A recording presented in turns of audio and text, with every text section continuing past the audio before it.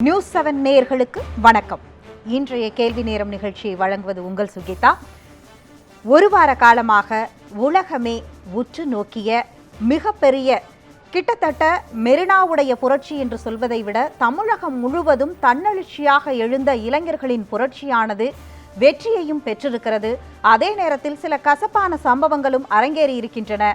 கிளம்பிற்றுக்கான் தமிழ் சிங்கங்கள் என்று பாரதிதாசன் சொன்ன கூற்றை கண்முன்னே இன்றைய இளைய தலைமுறை ஒரு வார காலம் நம் கண்முன்னே நிகழ்த்தி காண்பித்து இருந்தாலும் ஒரு தலைமை இல்லாத அரசியல் எப்படியாக திரும்பும், ஒரு போராட்ட களம் என்பதை இளைஞர்கள் எப்படி பார்த்தார்கள், இதுவரை போராட்டத்திற்கு போகாதே என்று சொன்ன பெற்றோர்கள் ஏன் இந்த போராட்டத்திற்கு தாங்களும் கைக்குழந்தையோடு வந்து அமர்ந்தார்கள் என்ற பல கேள்விகளும் இதில் இருக்கிறது.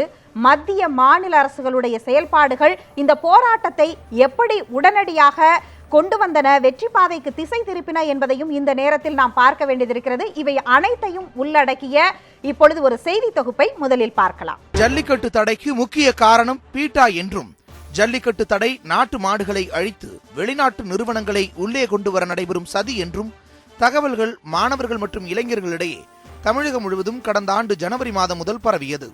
இந்த பிரச்சனை பல ஊடகங்களில் சென்ற வருடமே பேசுபொருளானது.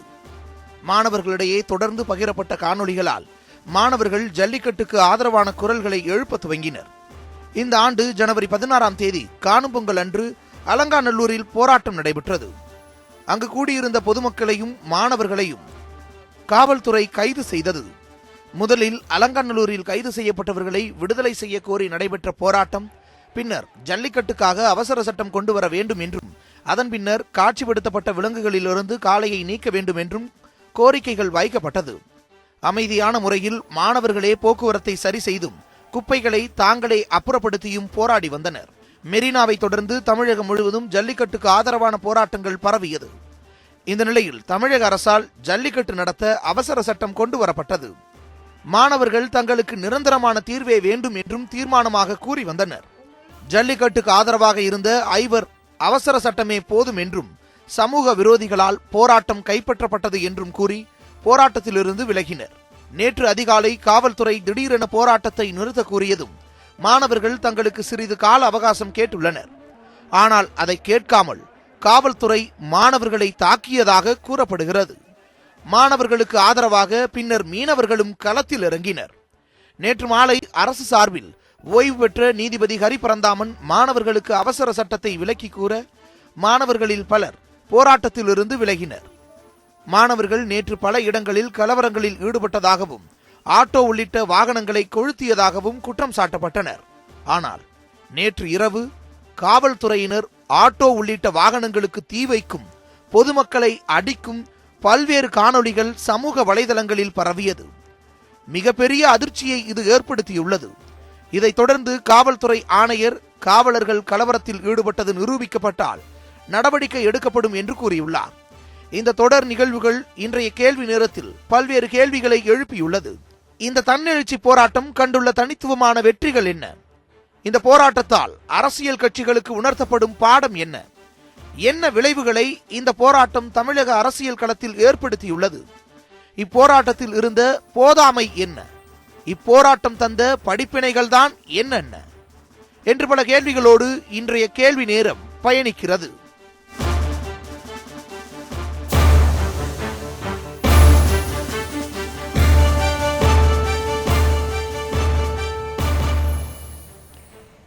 இன்றைய கேள்வி நேரத்தில் உலகில் உள்ள அனைத்து தமிழர்களுக்குமான கேள்விகளுக்கு விவாத களத்திலிருந்து விடையளிப்பதற்காக திமுகவிலிருந்து சிவ ஜெயராஜ், அதிமுகவிலிருந்து ஆவடி குமார் மற்றும் தமிழ் தேசிய பேரியக்கத்தில் தோழர் மணியரசன் மற்றும் போராட்ட குழுவிலிருந்து ஹரிகாலன் ஆகிய 4 பேரும் பங்கேற்றிருக்கிறார்கள். அவர்களை வரவேற்று நிகழ்ச்சியை தொடங்கலாம். முதலில் போராட்ட குழுவிலிருந்து ஆரம்பிப்பதுதான் சரியாக இருக்கும். இந்த போராட்டத்தை நீங்கள் எந்த அடிப்படையில் தொடங்கினீர்கள்? அந்த போராட்டம் எப்படி சென்றது? அந்த போராட்டம் எப்படியாக முடிவடைந்தது அப்படிங்கிறத கொஞ்சம் விளக்குங்கள். முதல்ல நான் ஒன்று சொல்லிக்க விரும்புகிறேன். போராட்டம் இன்னும் முடிவடையவில்லை. மெரினாவில் 500க்கும் மேற்பட்ட மாணவர்களும் இளைஞர்களும் பொதுமக்களும் போராடி கொண்டு இருக்கிறார்கள். இந்த போராட்டம் ஜல்லிக்கட்டு தமிழர்களின் பாரம்பரிய வீர விளையாட்டான, கலாச்சார பெருமை மிக்க விளையாட்டான ஜல்லிக்கட்டு என்ற புள்ளியில் இருந்து துவங்கியது. இது வெறுமனே ஜல்லிக்கட்டுக்கான போராட்டமாகவும் இல்லை. இது தொடர்ந்து மத்திய அரசால் தமிழகம் வஞ்சிக்கப்படுவது, காவிரி, முல்லை பெரியாறு, மீத்தேன் எரிவாயு திட்டம், கெயில் குழாய் பதிப்பு, சேது சமுத்திர கால்வாய் திட்ட மறுப்பு உள்ளிட்ட தொடர்ந்து தமிழர் விரோத போக்கை மத்திய அரசு கடைபிடிப்பதும், மாநில அரசு தொடர்ந்து இந்த தமிழக மக்களுடைய உரிமைகளை மறுத்து அவர்களுக்கு ஆதரவாக செயல்படாமல் ஒரு முடங்கி போன அரசாக இருப்பதும் தான் மாணவர்களுடைய போராட்டத்திற்கு ஒரு முக்கிய காரணம். ஜல்லிக்கட்டு என்பது அதன் மேல் பட்ட ஒரு தீப்பொறி போன்றது. இதுதான் போராட்டத்திற்கான காரணம். போராட்டம் தொடர்ந்து 7-8 நாட்களாக வெகு வெற்றியாக 10 லட்சத்திற்கும் மேற்பட்டோர் மெரினாவில், இது ஒரு கடல் புரட்சி, இது ஒரு மெரினா புரட்சி, இது வெறும் மாணவர்கள் இளைஞர்கள் மட்டுமல்ல, ஒட்டுமொத்த தமிழர்களும் தமிழகமும் கலந்து கொண்ட ஒரு புரட்சி போராட்டம். இது மிக மிக அமைதியாக ஒரு அறவழி போராட்டமாக நிகழ்ந்து கொண்டு இருந்தது. எந்த ஒரு மற்ற மாநிலங்களில் பாலியல் வன்கொடுமைகள் பிரச்சனைகள் நிகழ்கிறது. இத்தனை மக்கள், இத்தனை இளைஞர்கள் ஒன்றாய் கூடிய இடத்தில் எந்த சிறு அசம்பாவிதங்கள் கூட நடைபெறாமல், சிறு வன்முறை இல்லை. கண்டிப்பா நீங்கள் சொல்ற மாதிரியான அசம்பாவிதம் இல்லாமல் நடைபெற்ற மிகவும், அதாவது தன்னெழுச்சியா கூடுனா கூட தகவமைப்பது அங்க ஒரு திட்டமிடல் உங்களுக்குள்ள இருந்தது அப்படிங்கிறத பார்க்க முடிஞ்சது. முதல்ல ஆரம்பிக்கப்பட்டதுல இருந்து தொடங்கி உங்களது வேலைகளை நீங்களே செய்து கொள்வது வரைக்கும் ஒரு வடிவமைக்கப்பட்ட போராட்டமா அது மாறுச்சு. ஆனால் எங்கே அது வன்முறையாக மாறியது? ஏன் இறுதியில வெற்றியா முடிச்சு சந்தோஷமா கை குலுக்கி பிரிஞ்சு போயிருந்திருக்கலாம் இல்லையா? வன்முறையா மாறினதை மட்டும் சொல்லுங்க. வன்முறையா மாத்துனது காவல்துறையும் இந்த அரசாங்கம் தான் இந்த போராட்டத்தை ஒரு வன்முறையாக மாற்றியது. ஒரு இளைஞன் கூட வன்முறை பாதையில் திரும்பவில்லை என்பதுதான் உண்மை. போராட்டத்து களத்தில் இருந்து நேரடியாக பார்த்தவன் நான். அந்த தமிழ்நாடு ஸ்லம் போர்டு என்று இருக்கிற அந்த போர்டுக்கு ஆப்போசிட்ல இருக்கிற குழுவில் முதல்ல 5 மணிக்கு 4 மணிக்கு முன்னாடி இருந்தே போலீஸ் இறங்க ஆரம்பிச்சாங்க. 5 மணிக்கு தயாரானாங்க. வெளிச்சத்துல 10 போலீஸ், அந்த இருள்ல ஆயிரக்கணக்கு மேற்பட்ட போலீஸ் அந்த இருள்ல இருந்தாங்க. இஸ்லாமியர்கள் எங்களுக்காக கொடுப்பதற்காக காஃபியும் டீ பிஸ்கட்லாம் கொண்டு வந்தாங்க. அதையும் வாங்கி குடிச்சாங்க. எங்களுக்கு வேணும் அப்படின்னு போராட்ட குழுவில் கேட்டு நாங்கள் கொடுத்த மனிதாபிமானத்தோட அதை வாங்கிட்டு கையில் வச்சு பேசுவாங்கல்ல அந்த ஃபோன். இங்கே போராட்டம் பயங்கரமாக நடந்துட்டு இருக்கு. ஒரு ஆக்ரோஷமோட பெரும் குரல் எழுப்பி கொண்டு இருக்கிறார்கள். இரவு பகல் பார்க்காம அந்த மைக்கில் ஏதோ சொல்றாரு. அது அந்த ரோட்டுக்கு அந்தாண்டுன்னு சொல்றாரு. ரோட்டை தாண்டி அந்த சாலையை தாண்டி அவருடைய குரல் கேட்கல. அவர் இப்படி பேசி என்ன சொல்ல வர்றாருன்னு தெரியல. போராட்ட குழுவையும் சந்திக்கல. உடனே காவல்துறை உள்ள அந்த தடுப்புகளை உடைத்து உள்ள வராங்க. அந்த மைய ஒரே ஒரு கேள்விதான் எனக்கு வருது. 6 நாட்களாக நண்பர்களாக ஒன்றோடு ஒன்றாக, ஏனால் இது போன்ற காவல்துறையை தமிழகமே பார்க்காது. காவலர்கள் உங்கள் நண்பர்கள், காவல்துறை உங்கள் நண்பன் என்ற வார்த்தைக்கு அர்த்தமாக 6 நாட் போராட்டம் இருக்கும் பொழுது 7வது போராட்டம் மட்டும் காவல்துறை தான் வன்முறையை முதலில் ஏவினார்கள்னு என்ன சொல்ற வாதத்தை எந்த அடிப்படையில் நீங்க வைக்கிறீங்க? வலுக்கட்டாயமாக உள்ள பூந்தாங்க. அதாவது உள்ள பூந்து இந்த கூட்டத்தை மணல் பகுதியை நோக்கி தள்ளுறாங்க. பெண்கள், குழந்தைகள் அந்த மைய பகுதியில் இருக்காங்க. அப்படியே உடைச்சிக்கிட்டு வர்றாங்க. இந்த சைடு விவேகானந்தர் இல்லத்தில் இருக்கிற பெரிய ஒரு மக்கள் திரள்லையும் அப்படிதான் உள்ள பூந்தாங்க. காவல்துறை அந்த மினிடோர் வண்டி அப்படியே அந்த போராட்ட காலத்துக்கு உள்ள இறங்குது. உள்ள இறங்கி போராட்டக்காரர்கள் வீசி எறிய. இதை செஞ்சிருந்தா நாளே செஞ்சிருக்கலாம் இல்லையா? நாள் செய்யாம 6 நாள் விட்டு பிடிச்சி நீங்க கேட்ட நிர்பந்தத்தின் அடிப்படையா அவசரமா இங்க இருந்து ஒரு முதலமைச்சர் உடனடியா டெல்லிக்கு போறாரு, பிரதமரை சந்திக்கிறாரு. அது வரைக்கும் 2 முறை அதிமுக எம்பிக்கள் குழுவை சந்திக்காத பிரதமர் இங்க போராட்டத்துடைய அதோடைய உச்சகட்டம் எந்த அளவிற்கு இருக்கு அப்படிங்கறத உணர்ந்து அவரும் அனுமதி கொடுக்கிறாரு. உடனடியா சட்டம் நிறைவேற்றப்படுது. கொல்கத்தாவுக்கு போன குடியரசுத் தலைவரை திரும்ப கையெழுத்து போடுறதுக்கு வர சொல்லி கையெழுத்து போட வைக்கிறதுன்னு ஒரு பெரிய அதாவது ஒரு அரசியல் அமைப்பு சட்டத்துல என்ன மாதிரி எல்லாம் செய்ய முடியும் ஒரு அதிகாரம், அப்படி எப்படி ஒரு அரசுகள் இயங்குங்கிறத அடுத்தடுத்த நடவடிக்கைகள் மூலமா விளக்கிக்கிட்டே இருக்காங்க. அப்படி இருக்கும் பொழுது இதை தாண்டி அவர்கள் வன்முறையை ஏவினார்கள். இதை நாளே செஞ்சிருக்கலாம் இல்லையா? ஏன் 6 நாள் பொறுத்திருந்து செய்யணும்? இல்ல, நீங்க சொல்றதை வச்சு பார்த்தா தமிழக அரசு ஒரு சட்டத்தை முன்னாடியே தமிழர்களை ஏற்றிருந்து அந்த போராட்டமே இருந்திருக்காது. அப்படி இந்த பார்வையில ஏன் பார்க்க மறுக்கிறீங்க? இவங்க உள்ள வந்தாங்க, அவங்க செஞ்சதை நான் சொல்லிடுறேன், அதுக்கப்புறம் நீங்க கேள்விகளை கேட்கலாம். மணல் வெளியை நோக்கி தள்ளப்படுறாங்க. பெண்கள், குழந்தைகள், போராடிய இளைஞர்கள், மாணவர்கள், வயதானவர்கள் அடங்கிய அந்த பெரும் மக்கள் தொகை போகுது. மணல்ல இறங்கின உடனே பிளாஸ்டிக் லத்தி சேருது. பிளாஸ்டிக் லத்தியில தொடர்ந்து அடிச்சாங்க. இந்த நியூஸ் 7 சார்ந்த பத்திரிகையாளரோட கேமராவை பிடுங்கினாங்க. சொல்றதுக்கே கூசுகின்ற, செவியால் கேட்க முடியாத கெட்ட வார்த்தைகளால் திட்டினாங்க. ஒருத்தர் விடாம அத்தனை பேரையும் கூட்டத்தை பார்த்து திட்டினாங்க, பத்திரிகையாளர்களை திட்டினாங்க. இது எல்லாமே அங்க அரங்கேறிச்சு. பெண்களை துரத்தி அடிச்சாங்க, மணல்ல பிரட்டி அடிச்சாங்க. இதை வந்து காவல்துறை திட்டமிட்டு செஞ்சுச்சு. இது ஜார்ஜ் அங்கதான் நின்றுட்டு இருந்தார், காவல் ஆணையர் ஜார்ஜ். அவரோட ஏவுதலின் பேரில் தான் இது நிகழ்ந்துச்சு. இது மாணவர்கள் வந்து வன்முறையை தூண்டல. நேற்று நீங்க பார்த்திருப்பீங்க, இங்க நீங்களே கூட காணொலி போட்டீங்களா, மாணவர்கள் எங்கேயாவது வன்முறை தூண்டினாங்களா? இவர்களே காவல் நிலையத்தை எரிக்கிறார்கள், இவர்களே வண்டியை உடைக்கிறார்கள். இவங்க கண்டிப்பா நாம அதோட எக்ஸ்டென்ஷனை பேசினா நம்ம பேசுவோம். இல்ல நான் உங்ககிட்ட அந்த கேள்வியா வைக்கிறேன் சார். தவறான செய்தியை நீங்க பதிவு பண்ண வைக்கிறீங்க. அததான் நான் உங்ககிட்ட கேட்க வரேன். போராட்ட குழுவுல இவர் யாரு? போராட்டம் நடத்துற நீங்க போராட்ட குழுவுல ஒரு சிதறல் ஒரு பகுதி, அந்த பகுதியை வச்சுக்கிட்டு போலீஸ்காரங்க வந்து போலீஸ் ஸ்டேஷன்ல கொடுத்துறாங்க பேசுறாங்க. அதாவது ஒரு கேள்வியை நான் இருங்க, நீங்க இவ்வளவு நேரம் தொடர்ந்து 10 நிமிஷம் அதான் பேச வச்சிருக்கீங்க. ஆவடிக்குமார கேளுங்க, இப்ப பதில் சொல்லட்டும். இல்ல அவர் வந்து போராட்ட காலத்துல என்ன நடந்ததுங்கற போராட்ட காலத்துல அவர் மட்டும் இல்ல, போராட்ட காலத்துல அவர் மட்டும் இல்ல, அவர் மட்டுமே போராட்டம் இல்ல. உட்கார்ந்திருக்கிறோம், உட்கார வச்சிருக்கிறோம். நான் ஒரே ஒரு விஷயத்தை மட்டும் நான் உங்களுக்கு சொல்லிடுறேன். அவர் கேட்ட ஒரு கேள்விதான், இவ்வளவு பேர் திரண்டதுக்கு அப்புறம் தான் அந்த சட்டத்தை அவர் இப்ப சொல்ற விஷயத்தையெல்லாம் அப்புறம் ஓரம் தள்ளிடலாம். இவ்வளவு பேர் திரண்டதுக்கு அப்புறம் தான் இந்த சட்டத்தை மத்திய மாநில அரசுகள் நிறைவேற்ற வேண்டுமாங்கிற கேள்விக்கு தான் வரேன் நான். நீங்க போராட்ட குழு ஒன்று இல்லை. இது மக்கள் தன்னெழுச்சியாக தங்களுடைய உணர்ச்சிகளை வெளிப்படுத்துவதற்காக வெளிப்பட்ட நிகழ்வு. இந்த நிகழ்வை அனைத்து இந்திய அண்ணா திராவிட முன்னேற்ற கழகம் அதில் பங்கேற்றிருக்கு, திமுக பங்கேற்றிருக்கு, எல்லா சமூக அமைப்புகளும் தொண்டு நிறுவனங்களும், இன்னும் சொல்ல போனால் தன்னெழுச்சியாக பொதுமக்களும், எந்தவித கருத்துக்களும் இல்லாத மக்கள் கூட இது ஏதோ தமிழ்நாட்டுக்கு கலாச்சாரத்திற்கு, பண்பாட்டுக்கு, பாரம்பரியத்திற்கு, இன்னும் சொல்ல போனால் தமிழகத்திற்கு எதிரான சதிகளுக்கு எதிரான ஒரு போராட்டம் என்ற உணர்வு மக்களிடம் இருந்தது. அதுதான் நடந்தது. ஆனால் இதை ஒரு சில குழுவினர் தன்னுடைய போராட்டமாக இதை கொண்டு போக முயற்சித்ததனுடைய விளைவு தன்னை கேட்கணும்.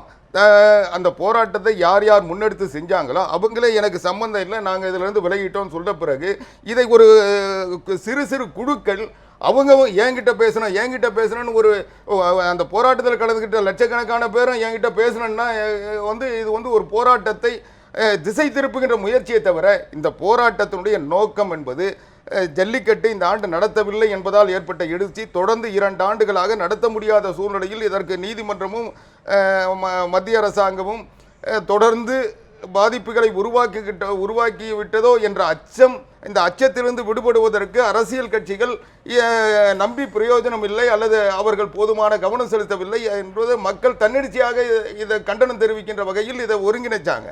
அதனால் இதை வந்து நான் தான் ஒருங்கிணைச்சேன், நான் தான் போராட்டம் நடத்தினேன், நான் தான் வந்து இந்த போராட்டத்தில் வந்து என்னை கேட்டு தான் செய்யணும் என்று சொல்றதெல்லாம் அதிக பிரசங்கித்தனம். இது வந்து இந்த போராட்டத்துக்கு தொடர்பில்லாமல் இந்த போராட்டத்தை பயன்படுத்தி தங்களை முன்னிலைப்படுத்துவதற்காக செய்கிற முயற்சியை தவிர ஆரம்பத்துல இருந்தே எடுத்துக்கல சார். இவங்க தான் தலைவர் நீங்க அந்த போராட்ட களத்தை பாத்தீங்கன்னா போராட்டத்திற்காக பல்வேறு கோரிக்கைகள், பல்வேறு பேனர்கள் காட்டப்பட்டன, பல்வேறு அதிமுக விமர்சித்துக்காங்க, முதலமைச்சர் விமர்சித்தாங்க, பிரதமரை விமர்சித்தாங்க, அரசியல் கட்சிகளை விமர்சித்தாங்க, தனிப்பட்ட முறையில் சிலரை விமர்சித்தாங்க. சிலர் வந்து என்ன சொன்னாங்க, நிரந்தர தீர்வு சொன்னாங்க, சிலர் வந்து பீட்டாவை ஒழிக்கணும்னாங்க, சிலர் வந்து காவிரி பிரச்சனையை சொன்னாங்க, முல்லை, இப்படி எல்லாத்தையும் சொன்னாங்க. ஆனால் ஒட்டுமொத்த குரல் என்பது இன்றைக்கு ஜல்லிக்கட்டுக்கு எதிரான உணர்வு. அந்த உணர்வை ஒருங்கிணைத்தது எல்லாம் ஒன்றுபட்டு இருந்தோம். அந்த ஒன்றுபட்டதன் மூலமாக காவல்துறையும் ஒத்துழைப்பு தந்தது. காவல்துறையினுடைய அனுமதி இல்லாமல், காவல்துறையினுடைய ஒத்துழைப்பு இல்லாமல் இவ்வளவு பெரிய போராட்டம் இவ்வளவு அமைதியாக நடந்திருக்க முடியாது. அது நடந்து நண்பர்களாக இருந்து அதனுடைய அதனுடைய இலக்கை அடைந்ததற்கு பிறகு, அந்த இலக்கை அடைந்து விட்டோம் என்று அறிவித்ததற்கு பிறகு அதை வந்து அதில் தொடர்புடையவர்கள், அதை ஜல்லிக்கட்டை தொடர்ந்து நடத்துகிறவர்கள், அதற்கான முயற்சியில் ஈடுபட்டவர்கள், சட்டத்துக்கு கட்டுப்பட்டவர்கள், அவர்களெல்லாம் ஏற்றுக்கொண்ட பிறகு இது வந்து இந்த போராட்டம் தொடருது, இந்த போராட்டத்தை நாங்கள் நடத்துகிறோம்னு சொன்னால் இது வந்து அதனுடைய விளைவுகளை அவங்க சந்திக்க தான் வேணும். இல்ல, விளைவுகளை சந்திப்பது அப்படிங்கறத வந்து நாம சொல்ல முடியாது. அதாவது நம்ம அரசு தரப்பில் இருந்து அதுக்கு விளக்கம் கொடுத்திருக்காங்க. அவசர சட்டம் என்பதை அவர்களுக்கு விளக்கி இருக்கலாம் இல்லையா? வாடி வாசல் திறந்தால் நாங்கள் வீடு வாசல் நோக்கி போகிறோம் சொன்னாங்க. வாடி வாசல் திறக்கிறோம் சொல்லியாச்சு. திறக்கிறதுக்கு முதலமைச்சர் தயார், நானே திறந்து வைக்கிறேன்னு சொல்லிட்டாரு. அதுக்கு பிறகு நான் போக மாட்டேன் அப்படின்னு சொன்னா விதண்டாவாதம் நிலைப்பாடை மாற்றிக்கொண்டே இருந்தார்கள் என்ற குற்றச்சாட்டு. நான் வரேன், உங்ககிட்ட வரேன். தொடர்ந்து பேசலாம். நீங்க சொல்லுங்க மணியரசன் ஐயா, அதாவது இந்த போராட்டம் எப்படி ஆரம்பிக்கப்பட்டது, இன்னைக்கு வந்து இப்போது வைக்கப்படுகிற இரண்டு தரப்பு குற்றச்சாட்டுகளை நீங்க எப்படி பார்க்குறீங்க? முதலில் நீங்கள் கேள்விகள் எழுப்பினது போல ஒட்டுமொத்தமாக அந்த போராட்டத்தை பற்றி ஒரு நிர்ணயிப்பு சொல்லிக்கிறது நல்லது. இந்த போராட்டம் வந்து இந்த கால இளைஞர்கள் சமூக பொறுப்பு இல்லாமல் உதிரிகளாக இருக்கிறாங்க, நுகர்வுவாதத்தில் மூழ்கி கிடக்கிறார்கள் என்று சொன்ன அந்த குற்றச்சாட்டை உடைத்து தூக்கி எறிந்து விட்டது, பொறுப்பாளிகள் என்பதை நிரூபித்து விட்டது. ரெண்டாவதாக 1 கோடி உறுப்பினர்கள் 1.5 கோடி உறுப்பினர்கள் என்று சொல்லிக்கொள்ளக்கூடிய கட்சிகளால் சாதிக்க முடியாததை இந்த வெகு மக்கள், நம்முடைய தமிழ் மக்கள், மாணவர்கள், இளைஞர்கள் சாதித்து காட்டியிருக்கிறார்கள். ஏன்னா இது 2008 2009 இந்த பிரச்சனை இருந்துக்கிட்டே இருக்குது. 2011 இருக்குது, 2014 இருக்குது, இப்போ போன ஆண்டு இருந்தது. இப்போ வந்து கலைஞர் முதலமைச்சர், ஜெயலலிதா அம்மையார் முதலமைச்சர், இப்போ நம்ம ஓபிஎஸ் இருக்கிறார். இவங்க எல்லாம் சாதிக்க முடியாதது அல்லது இன்றைக்கி மாணவர்கள் போராட்டத்தினால தான் அவங்க சாதிச்சிருக்காங்க. நீங்களே சொன்னீங்க, மத்திய அரசு இறங்கி வந்திருக்கு, நிர்பந்திக்கப்பட்டிருக்கு. அந்த ஒரு சாதனை அவர்களுக்குரியது. மூணாவது வந்து பெரும் பெயருக்கு முன்னால் பெரும் பூதந்தாங்கி பட்டங்களை போட்டுக்கொள்வதால் மட்டும் இன்னும் வரலாற்றை நகர்த்த முடியாது. மக்கள் சக்தியை தான் நகர்த்த முடியும், மாணவர் சக்தியை நகர்த்த முடியும் என்பதை வந்து அவர்கள் காட்டியிருக்காங்க, வரலாற்றில் காட்டியிருக்காங்க. மிக முக்கியமானது அது. ஒரு எம்எல்ஏ, எம்பி, முதல் மந்திரி எதுவுமே இல்லாதவர்கள் மக்கள், எல்லாருக்கும் உரிய மக்கள் தான் அவங்க. எங்களுக்கு உங்களுக்குன்னு மட்டும் இல்லை, நம்ம தமிழ் மக்கள். அவர்களால் சாதிக்க முடியும், அவர்களோட அந்த ஆற்றல் இருக்கிறது என்பது நிரூபிக்கப்பட்டிருக்கிறது. இதை கவனமாக கணக்கில் எடுக்க வேண்டும். அடுத்ததாக 4வதாக இந்திய தேசியவாத கட்சிகளுக்கு தமிழ்நாட்டில் இனி இடமில்லை. பேருக்கு அவை இருக்கலாம். நான் 65 மொழி போரில் 11ஆம் வகுப்பு படிக்கும்போது கலந்து கொண்டவன். அப்பொழுது காங்கிரஸ் என்ன பேசியதோ, மந்திரிகள் என்ன பேசினார்களோ அதை சில பேர் இங்கே பேசுகிறாங்க. அப்பொழுது இருந்த ஐஜிக்கள், அதிகாரிகள் என்ன பேசினார்களோ அதை சில அதிகாரிகள் இங்கே பேசுகிறாங்க, சமூக விரோதிகள்னு. அதன் பிறகு காங்கிரஸுடைய நிலைமை என்ன ஆயிற்று என்பதையும் நாம் அறிவோம். எனவே இந்திய தேசியவாதம் பேசக்கூடிய கட்சிகள் பேருக்கு இருக்கலாம், இது வெகு மக்கள் கட்சியாக தமிழ் மண்ணில் வேரூன்றவே முடியாது என்பதை இறுதியாக தமிழ் மக்கள் மெய்ப்பித்து காட்டிவிட்டார்கள். தமிழர் உணர்வு, தமிழ்நாடு என்பது மேலோங்கி இருக்குது. அது தற்காப்பு உணர்ச்சி தேவையானது, ஒரு இன்ஸ்டிங்க்ட். அது பசி தாகம் யாரும் தூண்டி வருவதில்லை. உடம்பில் இருப்பது போல இன உணர்ச்சி தமிழ் மண்ணில் தமிழண்டா என்ற முத்திரை முழக்கத்தை இந்த போராட்டம் கொடுத்திருக்கிறது. முழுவதுமாக அனைவரும் கண்கூடாக கண்ட காட்சிதான். ஆனால் அங்கு வைக்கப்பட்ட சில கோஷங்களாக இருக்கட்டும், இல்ல சில விஷயங்கள் இன்றைக்கு வந்து நான் குறிப்பா சொல்லணும்னா, இன்றைக்கு வைக்கக்கூடிய பல்வேறு நம்மளுடைய உலகமயமாக்கலுக்கு நாம் அதை சேர்த்துதான் இதுல பார்க்க வேண்டியதாக இருக்கிறது. நாம் பண்பாட்டு உரிமையை மீட்டெடுப்பதற்காக ஆரம்பிக்கப்பட்ட போராட்டம் பல அரசுடைய உலகமயமாக்கல் ஒப்பந்தங்கள் குறித்த இங்க கேள்வி, பீட்டாவை தடை செய்யும் அப்படிங்கிறது வந்து ஒரு பல்வேறு கேள்விகளை அங்க எழுப்புது. இதோடைய நிர்பந்தம் எங்க போய் நிக்க போகுது அப்படிங்கிறதையும், மாநில அரசுக்கும் மத்திய அரசுக்கும் இருக்கக்கூடிய சவால்களையும் இதுல நம்ம பேசலாம். தற்பொழுது பாஜகவில் இருந்து நம்முடன் வந்து கோவையில் இருந்து சேகர் அவர்கள் இணைந்திருக்கிறார்கள். வணக்கம் சார். சார், அதாவது வந்து இப்ப வந்து போராட்ட குழுவுடைய கடைசி கட்ட நடவடிக்கையாக இருக்கட்டும், காவல்துறையுடைய நடவடிக்கையாக இருக்கட்டும், மத்திய அரசு இன்று கொடுத்திருக்கக்கூடிய இறுதியாக இப்போது சற்று முன் கிடைத்த இன்று மதியம் கொடுத்த அந்த அறிக்கை, ஏற்கனவே நீங்கள் கொடுத்திருந்த அந்த ஜிஓவை, ஜல்லிக்கட்டு நடத்துவது ஒரு பாரம்பரிய விளையாட்டுன்னு கொடுத்த ஜிஓவை திரும்ப பெறுவதாக நாளைக்கு வந்து உச்சநீதிமன்றத்தில் மனு அளிக்க இருப்பதாக இருக்கட்டும், இதை அனைத்துமே இங்கே எதுவுமே நடக்காம 2 ஆண்டுகளுக்கு முன்னாடியே செஞ்சிருந்தா இவ்வளவு பெரிய பிரச்சனை வராது அப்படிங்கிறது தானே எல்லாருடைய கேள்வியும்.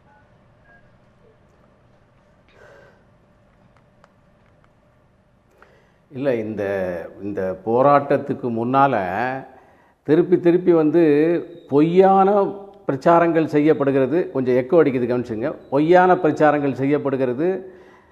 2014 மே மாதம் ஜல்லிக்கட்டை குழி தோண்டி புதைத்து விட்ட சுப்ரீம் கோர்ட்டினுடைய தடையை 2015 வந்து மாநில அரசு போட முடியும்னு நிர்மலா சீதாராமன் சொன்னாங்க. அவங்க சட்டம் போட்டு கொண்டு வர முடியும்னு. 16 வந்து நாம் மறுபடியும் ஒரு நோட்டிஃபிகேஷன் கொடுத்து அதுக்கு உயர் கொடுத்தோம். உடனே சுப்ரீம் கோர்ட் அதை பேன் பண்ணிடுச்சு. இப்போ தொடர்ந்து மாநில அரசாலே முடியும் என்று சொல்லி நாம் பல நேரம் சொல்லியிருக்கோம், மாநில அரசு செய்யவில்லை.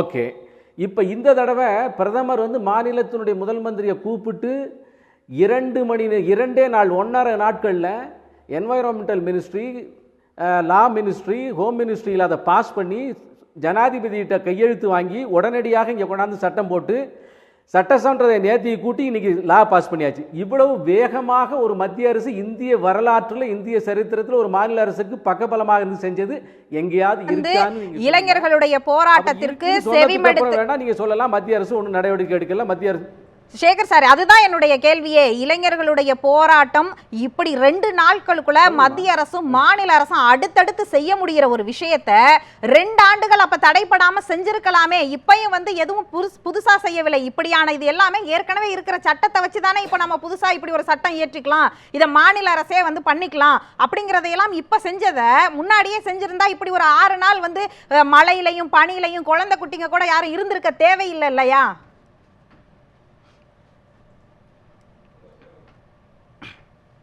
இல்லை, இந்த இந்த இந்த குற்றச்சாட்டு மிகவும் தவறான குற்றச்சாட்டு. ஏன்னா நாம் ஆரம்பத்திலேருந்தே பாரதிய ஜனதா கட்சி சொல்லுகிறது மாநில அரசு சட்டம் இயற்ற முடியும் என்று சொல்லியிருக்கிறது. நம்ம இது அட்டார்னி ஜெனரல் ஆஃப் இந்தியா 2014 சொல்லியிருக்காரு. நான் மாநில அரசு மீது முழுவதுமாக குற்றச்சாட்டை போடவில்லை, ஆனாலும் கூட மாநிலத்தில் இதை அசரதையாக அசட்டையாக எடுத்துக்கொண்டார்கள். மத்திய அரசினுடைய நெருக்கடி என்ன? ஏற்கனவே இருந்த அரசாங்கம் திமுக காங்கிரஸ் அரசாங்கம் சுத்தமாக ஜல்லிக்கட்டை மாட்டை கால கையை ஒடிச்சு குடி தோண்டி போய்ச்ச பிறகு மத்திய அரசு இதுக்கு உயிர் கொடுக்கிறது. உயிர் கொடுத்து அதை சுப்ரீம் கோர்ட்டில் பேசுகிறோம். சுப்ரீம் கோர்ட் இது ஒரு இது எகிப்தில் இருக்கக்கூடிய ஒரு மிகப்பெரிய கிளாடியேட்டர் மாதிரியான ஒரு விஷயத்தை நீங்கள் பண்ணுறீங்க.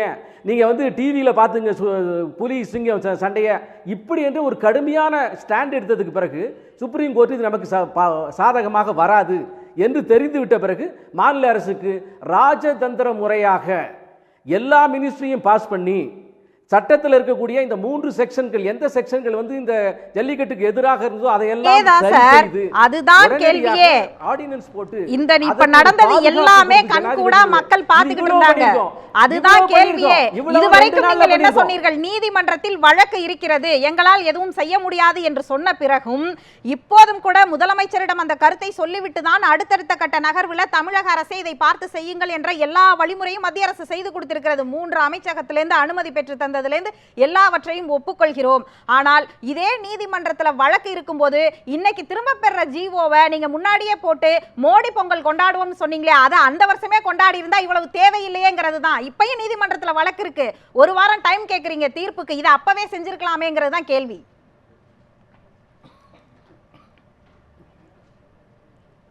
இல்ல சுஜிதா, இந்த அரசாங்கம் நேர்மையான நல்லெண்ணத்தோடு செய்திருக்கிற எல்லா விஷயத்தையும் அந்த அரசுக்கு எதிராக குற்றமாக கேள்வி கேட்குறீங்க. 1 வார காலம் டைம் கேட்டதுக்கு என்ன காரணம்? அது ஏற்கனவே இருக்கிற வழக்கு மீது சுப்ரீம் கோர்ட் நல்லண்டு வாயிடுன்னு அந்த நாம கொடுத்த நோட்டிஃபிகேஷனை டிஸ்மிஸ் பண்ணிடுச்சுன்னா இன்னைக்கு போட்ட சட்டமே செல்லாமல் போயிடும். அதற்காக உடனே வாபஸ் வாங்குறோம். இது எவ்வளவு பெரிய ராஜதந்திரம்! இது மிக பிரம்மாண்டமான ராஜதந்திரம். அது மட்டும் இல்லாமல் மறுபடியும் சொல்றோம், 2015 மாநில அரசு இது செய்ய முடியும்னு சொன்னோம். 2014 அட்டர்னி ஜெனரல் இது மாநில அரசு செய்ய முடியும் சொன்னார். ஏன் மத்திய அரசு செய்யல? மத்திய அரசு 2011 காங்கிரஸ் போட்ட அந்த நோட்டிபிகேஷன்ல நிச்சயமாக மத்திய அரசு செய்ய முடியாதுங்கிற நிலைமையில சுப்ரீம் கோர்ட் இருக்கு. சுப்ரீம் கோர்ட் டெஃபினட்டாக ஜல்லிக்கட்டுக்கு எதிரான தன்னுடைய நிலைப்பாட்டை வெளிப்படையாக அதனுடைய ஒவ்வொரு செயல்பாட்டிலையும் சொல்லிட்டு வந்திருக்கு, பார்த்துருக்கோம். 2016 இந்த ஜல்லிக்கட்டை நடத்திடலாம்னு மிகுந்த ஆசையோடு இருந்தோம். இந்த நோட்டிஃபிகேஷன் 2 நாளில் 3 நாளில் அதை தடை பண்ணிச்சு. இந்த சூழ்நிலையில இதையெல்லாம் மீறி எப்படி இதை வெளியே கொண்டாடுறது, எப்படி ராஜதந்திரம் நடக்கிறது, எப்படி தமிழ்நாட்டுக்கு இந்த ஜல்லிக்கட்டை கலாச்சாரத்தை மத்திய அரசு சுமூகமாக மாநில அரசு மூலமாக செய்து வைக்க முடியும். ஒரே விஷயத்துல இது எந்த வகையில நியாயம் சொல்லுங்க? கண்டிப்பா சார், நான் தொடர்ந்து உங்ககிட்ட வரேன். நீங்க வைத்திருக்கக்கூடிய அந்த குற்றச்சாட்டு குறித்து நாம முதல்ல பேசிடலாம். இதை இந்த காலையவே முதல்ல குழி தோண்டி புதைச்சது ஐக்கிய முற்போக்கு கூட்டணியில இருந்த திமுக மற்றும் காங்கிரஸ்ங்கிற வாதத்தில இருந்து தான் அவர் இன்றைக்கு நடந்த செயல்பாடுகளை பேசுறார். அது குறித்து உங்களுடைய கருத்து நீங்க சொல்லணும். இல்ல அதாவது தொடர்ச்சியாக 1 லட்சம் முறை இதுக்கு நாங்கள் விளக்கம் கொடுத்துட்டோம். திரும்ப நாங்கள் காட்சிப்படுத்தப்பட்ட பட்டியலேருந்து நீக்கிறதுக்கு அது அஃபிடவிட்டை உச்சநீதிமன்றத்தை தாக்கல் பண்ணியாச்சு, மினிட்ஸில் பதிவு பண்ணியிருக்கோம். அமைச்சரவை கூட்டத்தில் ஒரு அரசாங்கம் எடுக்கிற முடிவுகளுக்கு நாங்கள் பொறுப்பாளி, கூட்டணியாக இருக்கின்ற பொழுது நாங்கள் பொறுப்பாளியாக இருந்தாலும் கூட அதற்கான முயற்சிகளை, அதற்கான எங்களுக்கான எதிர்ப்புகளை நாங்கள் தெரிவிக்கிறோம். நாங்கள் கேட்பது ஒரே ஒரு கேள்விதான். பாரதிய ஜனதா அரசாங்கம் வந்ததற்கு பிறகு இங்கே அவர்கள் சொன்னது என்ன, செய்தது என்ன என்ற கேள்விதான். 7 மணி நேரத்தில் சட்டத்துறையினுடைய இணை செயலாளரிடத்திலே நான் பேசிவிட்டு சொல்கிறேன். வெறும் 7 மணி நேரத்தில் இங்கே இருந்து ஃபைல் பாஸ் ஆகுது, ஒரு டிராஃப்ட் பண்ணுறாங்க ஒரு லா. அங்கே போய் 12 மணி நேரத்தில் ஒரு அமெண்ட்மெண்ட்டுக்கு சைன் வாங்குறாங்க, ஆர்டினன்ஸுக்கு, எமர்ஜென்சி ஆர்டினன்ஸுக்கு. இது 2-3 வருஷமாக இங்கே ஜல்லிக்கட்டு நடக்கலை. நான் கேட்பது, இதே வழக்கு உச்சநீதிமன்றத்தில் வழக்கு நிலுவையில் இருக்கின்ற போது நீட்டுத் தேர்வை இந்த அரசாங்கம் கொண்டு வருகிறது. எப்படி கொண்டு வந்தது? அதே இரண்டையும் ஒப்பிடக்கூடாது, நான் ஒப்பிடவில்லை ஒரு ஆஸ் அன் அட்வொகேட்டா. நான் கேட்பது, பாபர் மசூதி வழக்கு நிலுவையில் இருக்கின்ற போது பாபர் மசூதி இடித்தது பாரதிய ஜனதா அரசாங்கம், பாரதிய ஜனதா கட்சி. அப்படியானால் நீங்கள் வழக்கு நீதிமன்றத்தில் இருக்கிறது என்று சொல்லி தமிழ்நாட்டு மக்களையும் தமிழ் இளைஞர்களையும் நீங்கள் இத்தனை ஆண்டு காலம் ஏமாற்றி வந்தீர்கள். உங்களால் சென்னை மாநகராட்சியில் ஒரு வார்டு கவுன்சிலராக கூட தனியாக நின்று வெற்றி பெற முடியாது என்ற ஒரே காரணத்துக்காக தமிழ்நாட்டு மக்களை நீங்கள் குழி தோண்டி புதைக்கிறீர்கள். நீங்கள் தான் குழி தோண்டி புதைத்தீர்கள் எங்கள் உணர்வை. நாங்கள் 3 வருஷம் தொடர்ந்து 2008, 2009, 2010 3 வருஷம் ஜல்லிக்கட்டு நடந்துச்சா இல்லையா? இல்ல, நாங்கள் கேட்பது 3 வருடம் ஜல்லிக்கட்டு நடந்ததா இல்லையா? திமுக ஆட்சியில் இருக்கின்ற பொழுது எதை வேணாலும் யார் வேண்டுமானாலும் எந்த சட்டத்தை வேண்டுமானாலும் போடட்டும். அதற்கான வழிமுறைகளை பீட்டாவோட குழு வந்து அலங்காநல்லூரில் பார்த்துவிட்டு எங்களுடைய ஏற்பாடு சரியாக இருக்கிறது என்று பீட்டா சுப்ரீம் கோர்ட்ல சொல்லுச்சு. நாங்க சொல்லல, நாங்கள் நடத்தினோம். நாங்கள் கேட்பது, இந்த அரசாங்கத்தின் 50 எம்பிக்களை நரேந்திர மோடி பார்க்க மறுக்கிறார். ஆனால் ஓபிஎஸ் அப்பாயின்மெண்ட் எப்ப கேட்டாலும் உடனே கொடுக்கிறாரு. இதில் இருக்கிற நுண்ணரசியலை இன்றைக்கு போராடுகிற இளைஞர்கள் இந்த நிமிடம் வரைக்கும் புரிந்துக்கல. எங்களுக்கு இருக்கிற ஆதங்கம் அதுதான். நீங்கள் தொடர்ச்சியாக இந்த அரசாங்கம் ஆட்டி வைப்பதற்கு ஒரு ஆட வேண்டிய ஒரு கைபொம்மையாக முதலமைச்சரை மாற்றி வைத்திருக்கிறது. இல்ல, அப்படி இல்ல, நான் என்னால் ஆதாரத்தோடு சொல்ல முடியும், ஒரு காட்சிப்படுத்த முடியும். இந்த இளைஞர்களை நேரடியாக சந்திச்சு பேச வேண்டியது யாரு? காவல்துறை ஆணையரா? காவல்துறை ஆணையர் தான் போய் சட்ட நகலை கொடுக்கணுமா?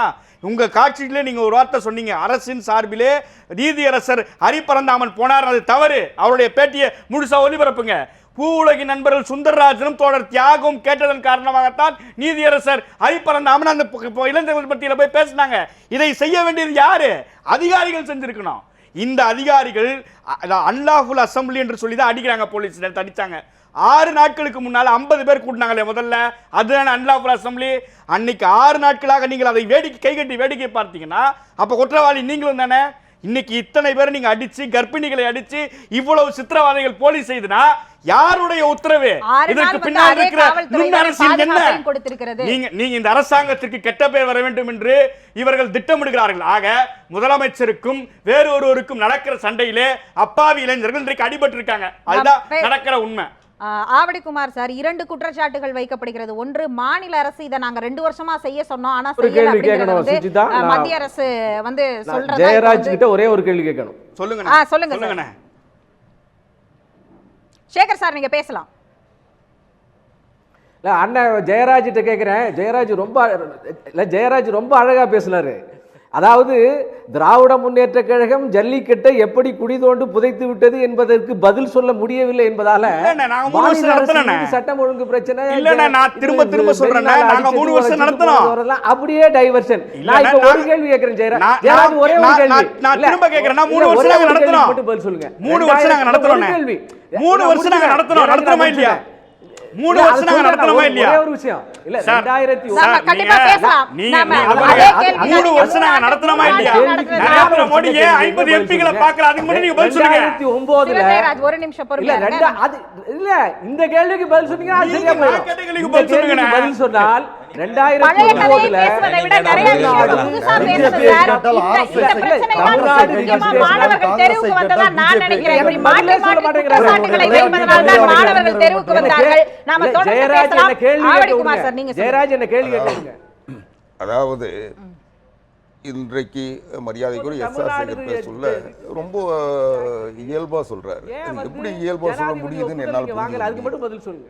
என்னன்னா, அதுக்கு மட்டும் பதில் சொல்லுங்க. இன்றைக்கு கடந்த இந்த சட்டம் கடந்த இந்த ஜல்லிக்கட்டு நடத்த வேண்டும் என்று விலக்களித்து அரசாணை பிறப்பித்தார்கள். அந்த அரசாணை பிறப்பித்த நாளிலிருந்து, உச்சநீதிமன்றம் தடை பெற்ற நாளிலிருந்து இன்று வரை மரியாதைக்குரிய மத்திய இணையமைச்சர் பொன் ராதாகிருஷ்ணன் அவர்கள் தொடங்கி தமிழ்நாடு பாரதிய ஜனதா கட்சியினுடைய தலைவராக இருக்கின்ற தமிழிசை சவுந்தரராஜன் அவர்கள் உட்பட, இன்னும் சொல்ல போனால் மத்தியிலே இருந்து வருகின்ற மத்திய அமைச்சர்கள் உட்பட அத்தனை பேரும் நாங்கள் ஜல்லிக்கட்டை நடத்துவோம் உத்தரவாதம் தந்தாங்களா இல்லையா? இன்னைக்கு அது முடியாத சூழ்நிலையில் பொன் ராதாகிருஷ்ணன் என்னால் முடியல, நான் வருத்தப்படுறேன், நான் மன்னிப்பு கேட்கிறேன்னு மன்னிப்பு கேட்டாரா இல்லையா? அப்போ மத்திய அரசாங்கம் நாங்கள் செய்கிறோன்ற உத்தரவாதத்தை அவங்க தந்தாங்க. அப்போ அவங்களால மட்டும்தான் முடியும்ன்றதை மக்கள் நம்பினாங்க. ரெண்டாவது அது மாநில அரசாங்கம் நம்பிச்சு. இன்னொன்று கேட்குறேன், 2011 மிருகவதை தடை சட்டம் 1960 திருத்தம் செய்தது மாநில அரசாங்கமா மத்திய அரசாங்கம்? பிறகு உங்களுக்கு வழி சொல்லி கொடுத்தாங்கல்ல. நான் முடிச்சிடறேன், நீங்க ஏன் பதட்டப்படுறீங்க? நீங்க பேசுங்க, நான் முடிச்சிடுறேன். ஒரு மத்திய அரசாங்கம் ஒரு சட்டத்தில் திருத்தம் செய்ததற்கு பிறகு அந்த திருத்தத்தை நீக்க வேண்டிய பொறுப்பு மாநில அரசாங்கத்திற்கா மத்திய அரசாங்கத்திற்கா? ஒரு மத்திய அரசாங்கமும் மாநில அரசாங்கமும் இணைந்து இருக்கின்ற பொதுப்பட்டியலில் இருக்கின்ற ஒரு ஒரு துறையில் உத்தரவிட வேண்டியது, சட்டம் இயற்ற வேண்டியது மாநில அரசாங்கம் மத்திய அரசாங்கம். இதே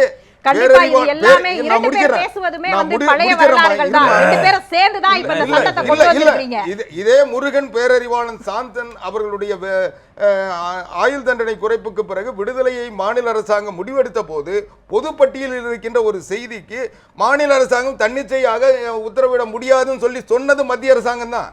நீதிமன்றத்தில் போய் அதை தான் சொன்னாங்க. இன்றைக்கு நாங்கள் ஒரு சட்டத்தை இயற்றியிருந்தால், இன்னும் சொல்ல போனால் ஜல்லிக்கட்டு ரெகுலேஷன் ஆக்ட் 2009 அந்த சட்டத்தை மாநில அரசாங்கம் நிறைவேற்றிய சட்டத்தை ரத்து செய்தது உச்சநீதிமன்றம்.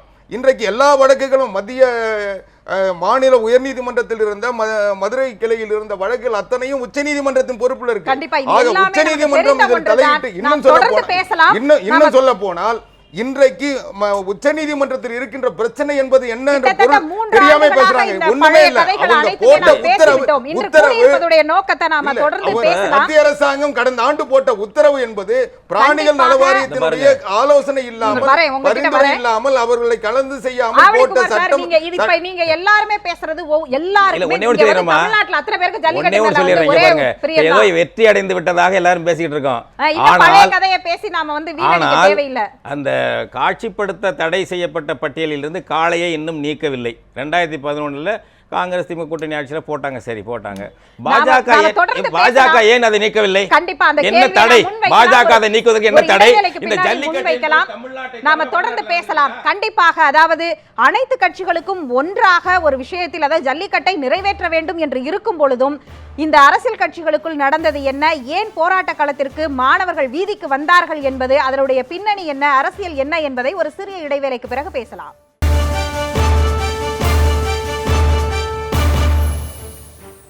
கேள்வி நேரம் மீண்டும் தொடர்கிறது. சேகர் சார், இன்றைக்கு தமிழகத்தில் மாணவர்கள், இதை ஆளுநரும் குறிப்பிட்டுட்டார், முதலமைச்சரும் குறிப்பிட்டு விட்டார், மத்தியில் இருக்கக்கூடிய அனைவர்களும் குறிப்பிட்டு விட்டார்கள், இது மாணவர்களுடைய வெற்றி என்று குறிப்பிட்டு விட்டார்கள். அப்படி இருக்கும் பட்சத்தில் இதில் மத்திய மாநில அரசுகளுடைய ரோல் அப்படிங்கிறது என்னவா இருக்குன்னு ஒரு கேள்வி இருக்குல்ல. நடைமுறையில் அவர்கள் தான் இதை நிறைவேற்ற வேண்டும். ஆனால் அதை தாண்டி என்னுடைய கேள்வியானது, வரும் காலத்தில் இந்த சட்டம் நிரந்தரமா இருக்குமா?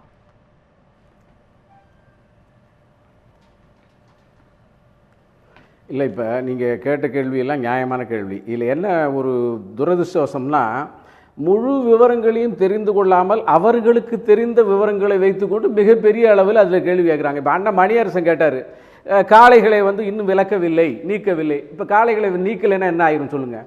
காளைகளை நீக்கவில்லை என்று சொன்னாலும் அதில் இந்த சட்டத்தில் விதிவிலக்கு கொடுத்துருக்கிறது ஜல்லிக்கட்டுக்கு.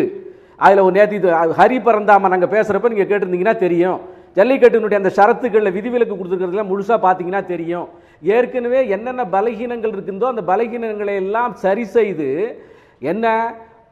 அதெல்லாம் சரி செய்து இந்த சட்டத்தை நிறைவேற்றிருக்கிறார்கள். ஆகவே இது நிச்சயமாக சுப்ரீம் கோர்ட்லேயோ அல்லது பீட்டாவோ மறுபடியும் வழக்கு போட்டால் உறுதியாக இது வெல்லும் அல்லது தடை செய்யப்படாது. நான் ஹரி பரந்தாமன் இவர் நம்ம ஜெயராஜுக்கு ஒரு கேள்வி கேட்கறதுக்கு முன்னால் அண்ணன் குமார் ஒரு அழகான ஒரு விஷயத்தை சொன்னார்.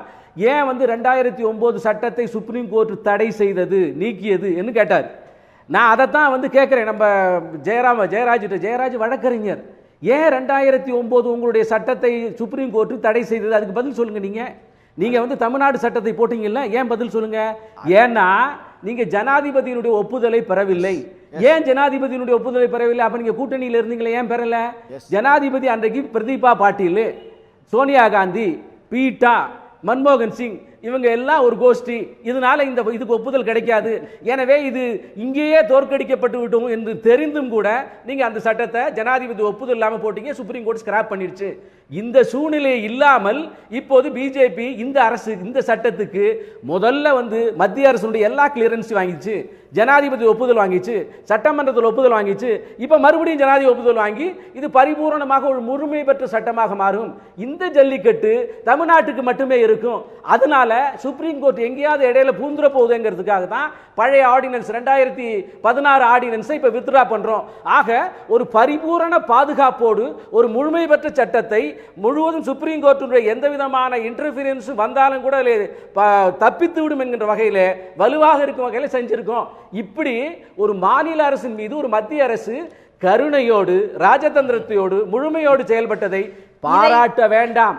உங்களிடம் பாராட்டு எதிர்பார்க்கல, ஆனால் அதை பரிகசிக்காதீர்கள், அதனுடைய நேர்மையை சந்தேகிக்காதீர்கள். கண்டிப்பாக சார், நீங்கள் சொல்வது போன்ற இந்த சட்டம் அவசரமாக மக்களுடைய உணர்வுகளை வைத்திருந்தது இந்த சட்டத்தை போட முடியாம மதிப்பளித்து இயற்றப்பட்டிருக்கிறது என்பது உண்மைதான். ஆனால் இந்த கேள்வி எப்போதுமே எழக்கூடியது, இவ்வளவு பெரிய போராட்டத்திற்கு பின்பு ஏன் என்பதுதான். மீண்டும் பழைய கதைக்குள் நாம் போக தேவையில்லை. தொடர்ந்து போராட்ட களத்தில் என்ன நடைபெற்றது, ஏன் அறவழியில் நடந்த ஒரு போராட்டமானது இப்படி வன்முறையாக மாறுவதற்கான காரணம்? நீங்கள் பீட்டாவை ஒழிக்க வேண்டும், சட்டம் கேட்டீர்கள், சட்டம் இயற்றி கொடுத்து விட்டார்கள், பிறகு என்ன பிரச்சனை வந்தது? சட்டம் விட்டது, சட்ட நகல் என்று ஏதோ ஒன்றை எடுத்து வந்தார்கள். எடுத்து போராட்ட குழுவிட்ட கொடுக்குறாங்க. கொடுத்து நாங்கள் அதை படித்து பார்க்க வேணாமா, நீங்கள் கொடுத்துட்டா போதுமா, அதை விளக்க வேணாமா, உள்ள என்ன இருக்குன்னு படித்து பார்க்க வேணாமா? அங்கே இருக்கிற வழக்கறிஞர்கள் குழு எங்களுக்குள்ளே இருக்கிறவங்க நாங்கள் படித்து பார்த்துட்டு சொல்கிறோம், ஒரு அரை நாள் அவகாசம் கொடுங்கன்னு கேட்டோம். அரை நாள் தர முடியாது அப்படின்னாங்க. சரி, குறைந்தபட்சம் ஒரு 2 மணி நேரம் கொடுங்க, படித்து பார்த்து விட்டு அது சரியாக இருந்தால் நாங்கள் விளைவிக்கிறோம் அப்படின்னு ஒன்று சொன்னோம். இதை மீறி தான் காவல்துறை உள்ள பூந்து அடிக்குது. இதை மீறி உள்ள பூந்து அடிக்குது. மாணவர்கள் தங்களை தற்காத்து கொள்ள காந்திய போராட்டம் வெல்லும், அறவழி போராட்டம் வெல்லும்னு முழக்கம் வைக்கிறாங்க. ஜனகண மனாதி தேசிய கீதத்தை 2 முறை பாடினார்கள். இவர்கள் தேசபக்தியை பற்றி RSSும் பாஜகவும் சொல்றாங்க. 2 முறை பாடினாங்க. எழுந்து நின்று எல்லாரும் பாடிட்டு இருக்கிறப்ப உள்ள பூந்து அடிச்சாங்க. யார் தேச விரோத கும்பல்?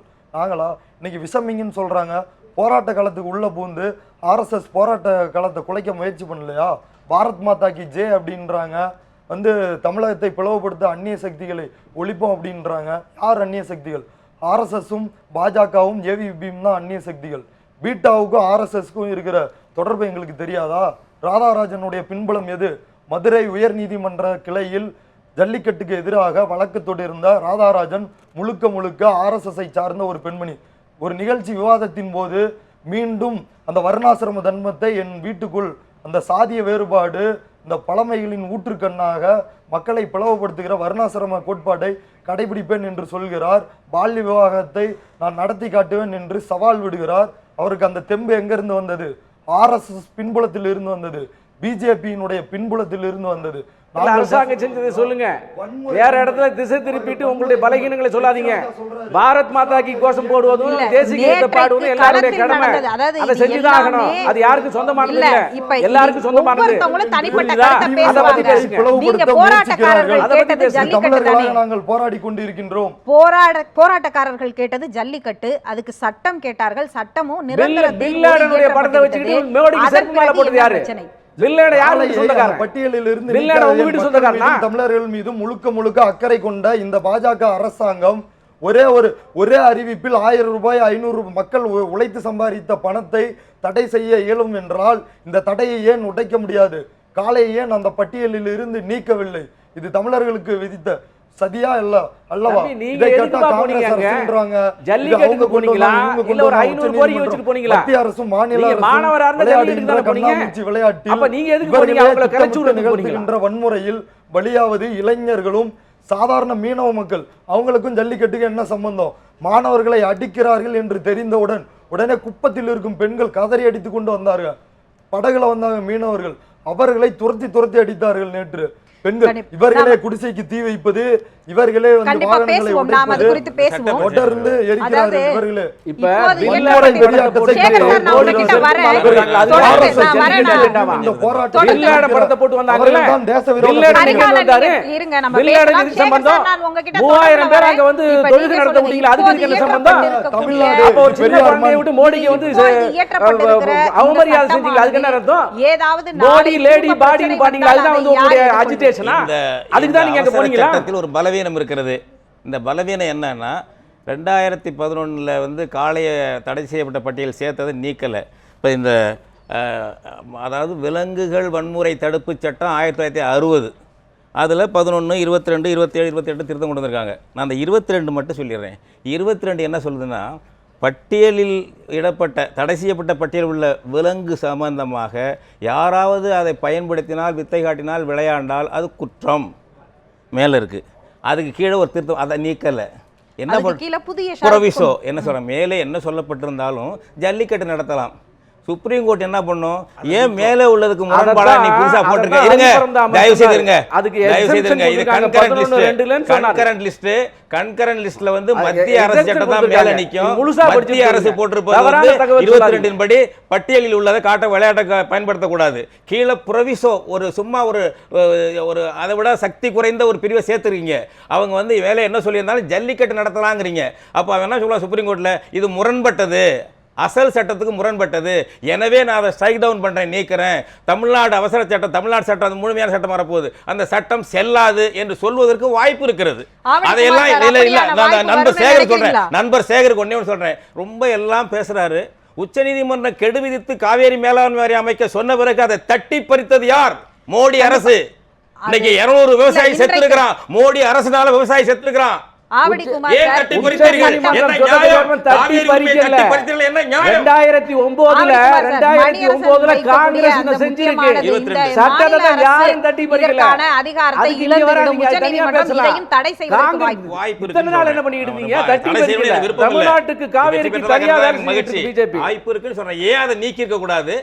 ஒரு அமைச்சரவை கூட்டத்தை நடத்தி மோடி அரசு ஒரு கெசட் நோட்டிபிகேஷன், இதுக்கு வந்து ஒரு கெசட் நோட்டிபிகேஷன் கிடையாதுங்க, கெசட் நோட்டிபிகேஷன் கொடுத்து காளையை நீக்கினால் என்ன?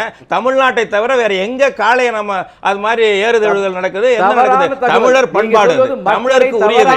எனவே தமிழர்கள் போராடி லட்சக்கணக்கான பிள்ளைகள் போராடி மத்திய அரசு செவிசாய்த்தது என்று வரக்கூடாது என்பதற்காக அதோடைய கேள்வியை சட்டம் இயற்றியது தமிழ்நாடு சட்டசபையில் நிறைவேற்றி இருக்கிறார்கள். அது குறித்து அவர் என்ன சொல்றாருன்னு கேட்போம். இல்ல ஐயா மணியரசன் அவர்கள் சொல்றதுல அவர் என்ன சொல்ல வர்றாருன்னா, இந்த சட்ட திருத்தம் என்பதை 5 சட்டங்கள் திருத்தப்பட்டிருக்கின்றன. 7 பிரிவுகள் இல்ல, ஒரு காப்புரிமை சட்டம் கூடுதலாக சேர்க்கப்பட்டிருக்கிறது. இப்போ இது என்னன்னா, இது வந்து முழுக்க இது மத்திய அரசாங்கம் ஒரு சட்டத்தை நிறைவேற்றினால் என்ன வலிமை இருக்குமோ, என்ன சட்ட அந்தஸ்து இருக்குமோ அதுக்கு நிச்சயமா உண்டு. தமிழ்நாடு எல்லை வரை, தமிழ்நாடு மாநில எல்லைக்குள் அந்த சட்டத்தினுடைய செயல்பாடுகள் நிறுத்தி வைக்கப்படுகிறது. தமிழ்நாடு எல்லைக்குள் இது வந்து இந்த சட்டம் முழுமையான சட்ட அந்தஸ்து பெறும், அதில் எந்த மாற்றமும் இல்லை. அந்த மரியாதைக்குரிய ஐயா மணியரசன் அவர் சொல்லுகின்ற அந்த 22வது திருத்தத்தில் கூட காப்புரிமை சேர்த்துருக்காங்க. அதனால் அந்த சட்ட பாதுகாப்பு நிச்சயமாக இருக்குது, சந்தேகம் தேவையில்லை. ஆனால் மத்திய அரசாங்கம் இந்த சட்டத்தில் திருத்தம் மேற்கொண்டால் இந்த பிரச்சனைக்கு இடம் இல்லை இந்தியா முழுக்க. ஆனால் நிச்சயமா வந்து மத்திய அரசாங்கம் இது ஏதோ தமிழ்நாட்டினுடைய இன்றைய எழுச்சியை அல்லது தமிழ்நாட்டினுடைய இன்றைய தாக்கத்தை ஒரு தீர்வை ஏற்படுத்துவதற்காக அவர்களே ஒரு பாதிப்பை உருவாக்கி கொண்டிருக்காங்க. அது வந்து இன்றைக்கு சொல்லி முடிச்சிடறேமா, இது என்னன்னா இது வந்து தமிழ்நாட்டுக்கு ஒரு தீர்வு தந்திருக்கு, நிரந்தர தீர்வு தான், அதுல ஒன்றும் மாற்று கருத்து இல்லை. இது சட்ட அந்தஸ்து முழுமையா உண்டு, உச்ச நீதிமன்றத்துக்கு போனாலும் இதுல வந்து எந்த தடையும் வராதுன்றத நம்பிக்கை இருக்கு, அதுக்குரிய பாதுகாப்பு ஏற்பாடுகள் செஞ்சிருக்கோம். ஆனால் இதை மத்திய அரசாங்கம் இதை செய்திருந்தால் இது வந்து மத்திய அரசாங்கம் தொடர்ந்து பிரச்சனைகள் வராமல் இருந்திருக்கு. இன்னைக்கு கர்நாடகாவில் பிரச்சனை வந்துருச்சு, இன்னைக்கு ஆந்திராவில் பிரச்சனை வந்துருச்சு, மகாராஷ்டிராவில் ஏற்கனவே வந்து இது ரேக்ல அந்த மாட்டு வண்டி பயணம் கேட்டு அந்த வழக்கு ஏற்கனவே உச்சநீதிமன்றத்தில் இருக்குது. இந்த தடைக்கு அதுவும் ஒரு காரணம். இப்படி அதே மாதிரி அஸ்ஸாமில் வந்து எருமை மாட்டை வச்சு அவங்க நடத்துகிற அந்த பந்தயத்துக்கு அவங்க கேட்குறாங்க எங்க தமிழ்நாடு மாநிலத்தில் இதுக்கெல்லாம் ஒரே தீர்வா. நான் ஒன்னே ஒன்று சொல்லிடுறேம்மா, ஒன்னே ஒன்று. அதாவது இந்த சட்டத்தை அனுமதிக்க என்னன்னா, காளை மாட்டை காயடிக்கிறத அனுமதிக்குது, மூக்கணாங்கயிறு குத்துறதை அனுமதிக்குது, கொம்பு வளராமல் தீக்கிறத அனுமதிக்குது, சூடு போட்டு நம்பர் போடுறத அனுமதிக்குது. இந்த ஜல்லிக்கட்டை மட்டும் அனுமதிக்காத சட்டம் என்ன சட்டமா? அது தமிழனுடைய பண்பாட்டை தடுக்க வேண்டும், தமிழனுடைய பெருமிதத்தை அழிக்க வேண்டும் என்பதுதான் நோக்கம். இப்ப பீட்டாவால் தடை வாங்கப்பட்ட அனைத்து மாநிலங்களிலுமே அது எழுப்பப்பட்டிருக்கிறது. அது வந்து நாடாளுமன்றத்தில் கண்டிப்பாக விவாதத்துக்கு எடுத்துக் கொள்ளப்படணும் அப்படிங்கறதா நம்ம அனைவருடைய நம்பிக்கை. இறுதியாக நேரம் குறைவாக இருப்பதனால் உங்களுடைய கருத்தை நீங்க பதிவு பண்ணுங்க. இல்ல, ஜனாதிபதியிடம் நீங்க கையெழுத்து வாங்கலன்னு பழைய கதை இன்னும் பேசிட்டு இருக்காரு சேகரனை. நான் கேட்குறேன், ஜனாதிபதி கிட்ட எல்லா சட்டத்துக்கும் கையெழுத்து வாங்கணும்னு அவசியம் இல்லை. உங்களுக்கும் சட்டம் தெரியும், சட்டம் தெரியாத இதை போல நடிக்காதீங்க. அன்றைக்கு இந்த தேவை இல்லை, இன்றைக்கு உங்களுக்கு தேவை இருக்கிறது, அதனால் நீங்கள் கையெழுத்து வாங்கியிருக்கிறீர்கள். ஜனாதிபதியிடத்தில் கையெழுத்து வாங்கிவிட்டதற்காகவே உச்சநீதிமன்றம் இதை தடை செய்யாது என்று எந்த உத்தரவாதத்தையும் நீங்கள் கொடுக்க முடியாது. இதையும் உச்சநீதிமன்றம் தடை செய்வதற்கான வாய்ப்புகள் இருக்கிறது. இதில் சட்டம் பாதுகாப்புகளை இந்த அரசாங்கம் செய்திருக்காவிட்டாலும் கூட இதை உச்சநீதிமன்றம் தள்ளி, ஏனென்றால் அரசியலமைப்பு சட்டமே பலமுறை திருத்தப்பட்டிருக்கிறது. இந்திய நாட்டினுடைய உச்சபட்ச அதிகாரம் படைத்திருக்கிற அரசியலமைப்பு சட்டமே திருத்தப்படுகின்ற வாய்ப்பு இருக்கின்ற பொழுது 2 அவைகளும் கூடி 9வது அட்டவணையிலே இதை சேர்க்கின்ற பொழுதுதான் இது நிரந்தரமான தீர்வாக அமையும். மத்திய அரசாங்கம் தான் இதை செய்யணும். நீங்க பாலை வந்து கொண்டு வந்து மாநில அரசாங்கத்திடத்தில் தள்ளிவிட்டு இவர்கள் குளிர் காய்கிறார்கள். இன்றைக்கு இந்த பிரச்சனை இவ்வளவு தூரம் மக்கள் வெயிலே, பனியிலே, கொட்டுகின்ற மழையிலே, கொட்டுகின்ற வெயிலிலே உட்கார்ந்து போராட்டம் நடத்தி 10 லட்சம் பேர் திரண்டதற்கு பிறகு நீங்கள் 12 மணி நேரத்திலே ஒரு சட்ட வரைவை அமல்படுத்துகிறீர்கள் என்று சொன்னால் இதை நீங்க ராஜதந்திரம் என்று சொல்லுகிறீர்களா?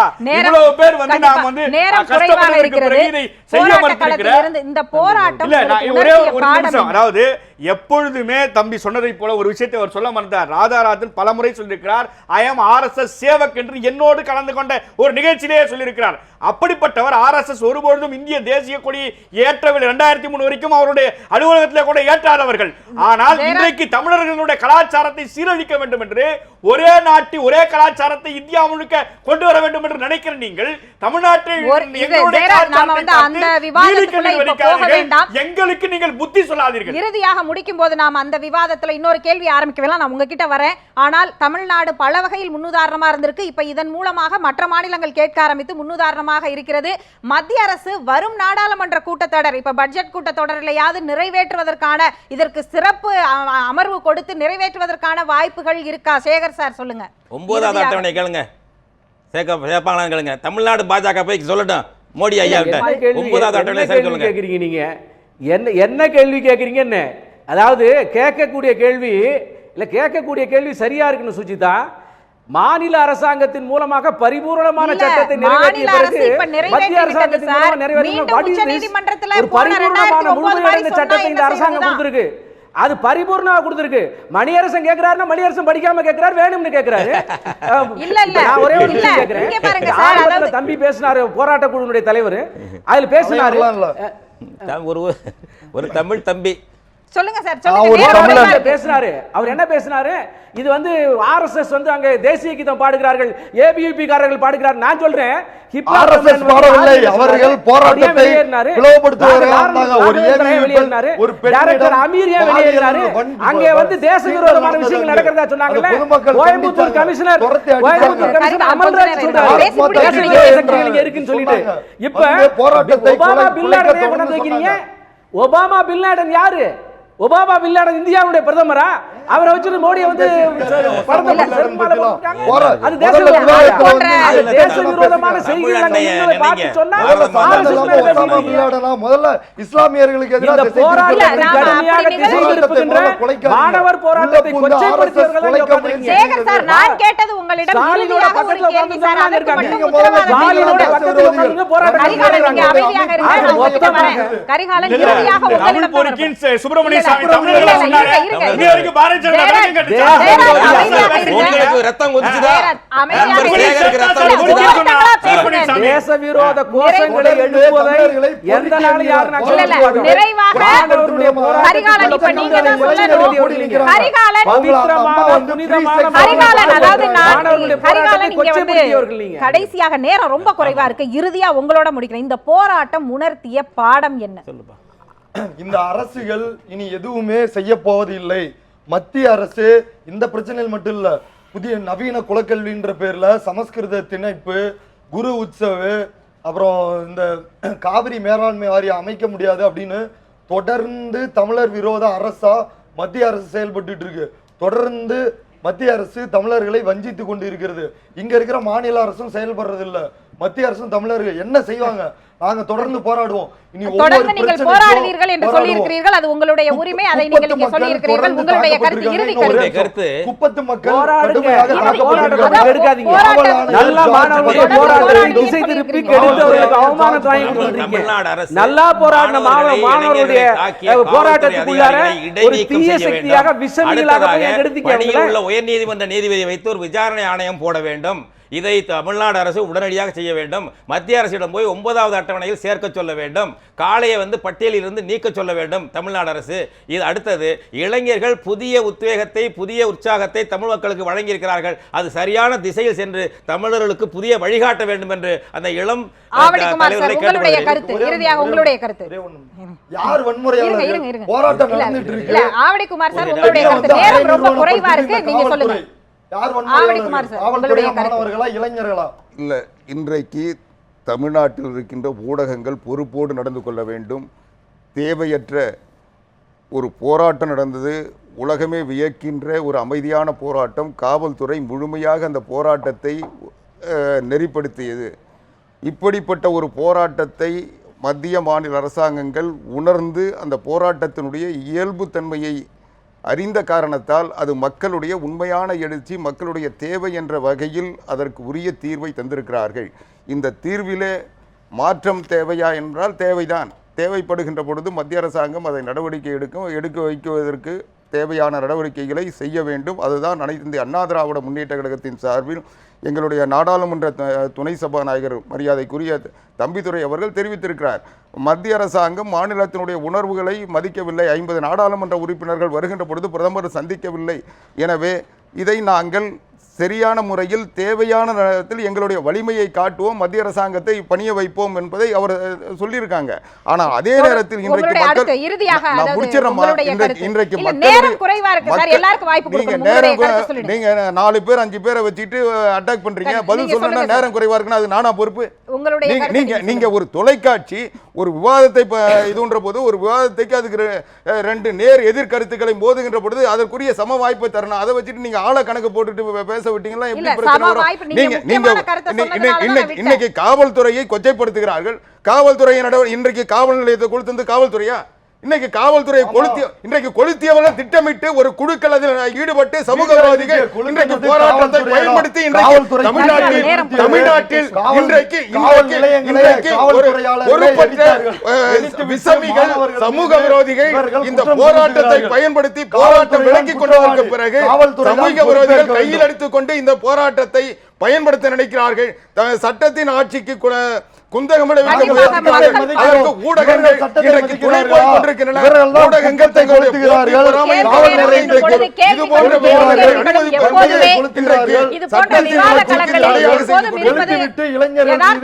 ஒன்றாக இருந்திருக்கிறது. ஆனால் எந்த கேள்வி நேரத்திலும் எந்த விவாத களத்திலும் தீர்வு கண்டதில்லை. ஆனால் மாணவர்கள் தங்களுடைய போராட்ட களத்தில் தீர்வு கண்டிருக்கிறார்கள். மற்றும் ஒரு நிகழ்ச்சியில் சந்திக்கலாம். நன்றி, வணக்கம்.